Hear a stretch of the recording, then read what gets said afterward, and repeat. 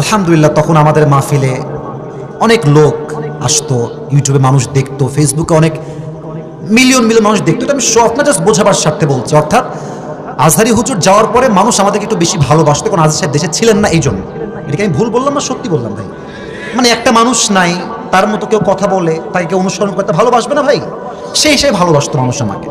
তিনি আমাকে বললেন, আপনি খুব সাবধান হয়ে যান, কারণ আপনার ওয়াজ গোয়েন্দার লোক অলওয়েজ শুরু থেকে নিয়ে শেষ পর্যন্ত শোনে, যে আপনি কোথায় কখন কি বলেন। এই যে আমার কোরআন আমার সামনে আছে, এভাবেই বললেন যে আপনার প্রত্যেকটা ওয়াজের শব্দকে কাউন্ট করা হয়।